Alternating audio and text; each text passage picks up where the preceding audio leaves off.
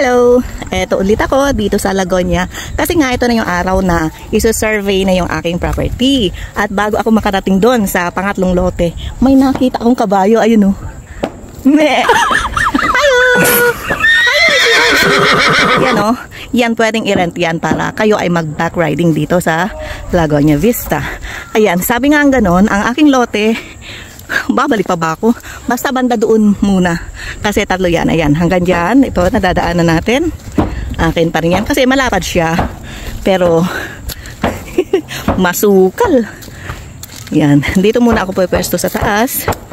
At, sila ay magtatabas para mailagay yung muhon. Yan, oh. Mataas itong katapat na mga bahay ko. Kaya't palusong yung style ng kabahayan dito para hindi natatakpan yung mga views. Yan o. Yan, yung nakikita nyo yung mga tao doon. Sila yung surveyor. Hala, hindi ko na alam kung saan pala ako dadaan nito. Baka ako ay madaustos. Ako ay nakapayong kasi. So, yan o. Kita nyo yung Laguna Lake na yan. Yan ang aking view. Yan. Excited ako na mapatamnan ito kahit mga saging lang muna, puno ng papaya, para kapag ako ay may bahay kubo na doon sa malapit sa highway, ay meron kaming mapag-harvestan. Dahil medyo matatagalan pa para magawa ang daan dito. Yan, sana nagpantalon na lang pala ako. Madadaanan ko yung mga damo-damo. Yan ang team ng Lagonia Vista. Say hi guys! Yan. So, dyan tayo mag-i-start. 2 metro sa kanila, 2 metro sa akin. Dito po pala kayo mag-i-start, ma'am. Dito ba? Saan?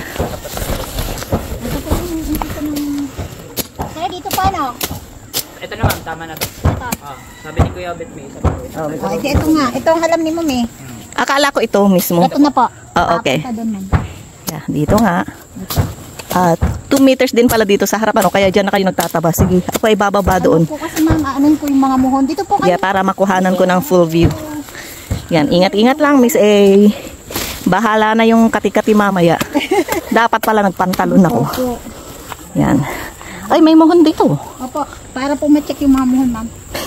Huwag daos-dos. Yan, nasa silong na kami. Yes. Yan o. Uy, ang sarap lang pagka meron ng pala, nakatabing dito. Opo. Malamig na ma'am, nararamdaman niyo po ba yung simoy ng hangin? Oo. September na eh.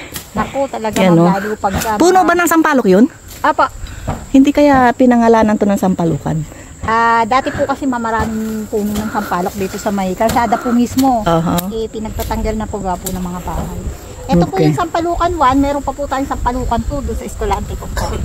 Okay. Parang iba ba yung sampalok, Tanay? Yes, Iba yun? Iba yun. Wow. Sige, putulin ko muna dito at ating itutuloy mamaya pagka natabas na yung mga damo na to, na. To be continued.